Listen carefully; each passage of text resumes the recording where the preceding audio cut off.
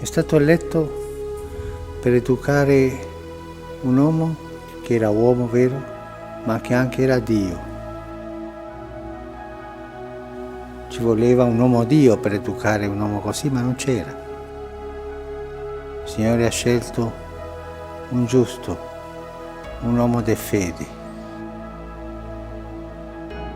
un uomo capace di essere uomo e anche capace di parlare con Dio, di entrare nel mistero di Dio.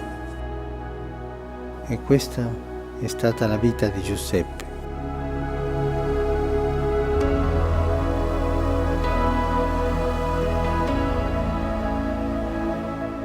Dio gli ha affidato i tesori più preziosi, Gesù e Maria, e lui ha corrisposto pienamente con fede, con coraggio, con tenerezza, con cuore di padre.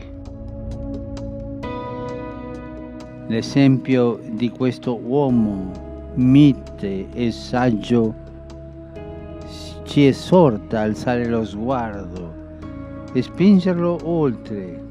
Si tratta di recuperare la logica sorprendente di Dio che, lontano da piccoli o grandi calcoli, è fatta di apertura verso orizzonti nuovi, verso Cristo e la sua parola.